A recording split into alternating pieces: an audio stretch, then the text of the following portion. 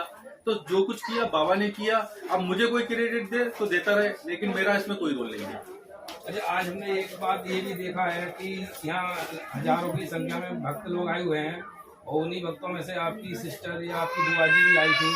तो यहाँ के जो सेवार्थी हैं उन्होंने किसी न किसी तरीके से शॉर्ट रास्ते से ले आई, लेकिन आपने उनको फिर मना कर दिया।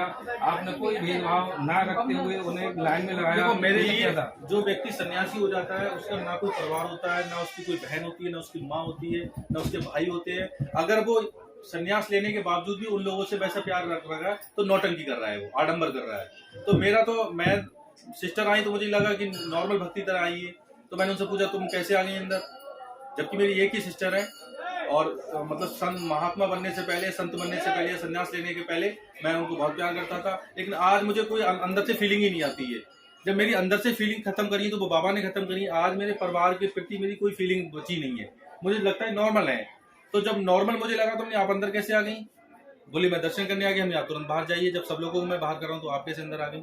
आप सिस्टर हो, आप ऐसे समय पे आओ कि जिस समय पे भक्त ना हो, भक्त कम हो, भीड़ कम हो। भीड़ में अगर आप आ रही तो और भी लोग आएंगे, जब और लोग आएंगे तो आप में और लोगों में मैं अंतर मान नहीं रहा हूँ, तो आपको मैं अंदर कैसे ले लूँ? मौसी जी थी, सिस्टर थी और एक और रिलेटिव थे, उनको तीनों को मैंने मंदिर से बाहर कर दिया। तो वो भक्तों ने देखा कि अरे इन्होंने अपनी सिस्टर को बाहर कर दिया। मेरे उनकी लोगों की नजर में वो सिस्टर थी, मेरी नजर में वो आम भक्त थी।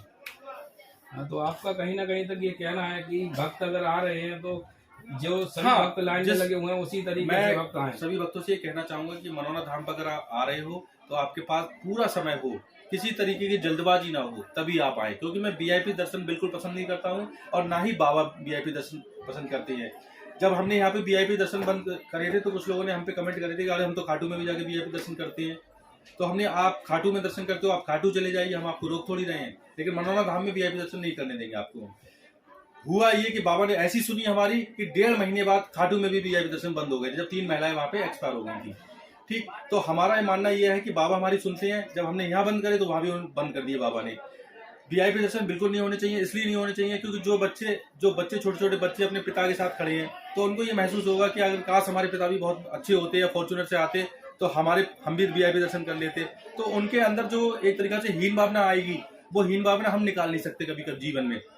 सबको बराबर समझना चाहिए, बाबा सबको बराबर प्यार करते हैं, बाबा के सब बराबर हैं, सब बाबा के भक्त हैं। तो फिर वीआईपी पर क्यों?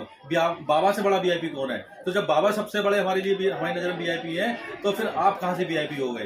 तो इसलिए हम सबको मना करते हैं, सबको हाथ जोड़ के रिक्वेस्ट करते हैं कि भाई आप अगर जल्दबाजी में हो, थोड़ी उसमें हो, तो आप ऐसे समय पे आप हमें कॉल कर लीजिए, ऐसे समय पे आइए जब भक्त थोड़े कम हो, आप आराम से दर्शन कर लीजिए। लेकिन जब नॉर्मल सब मतलब बैरिकेटिंग में भक्त होते हैं, सारे लोग होते हैं, तो उस समय पे आप वीआईपी दर्शन की हमसे अगर वो किसी भी तरीके की आशा रखोगे तो वो आपकी आशा कभी पूरी नहीं होगी।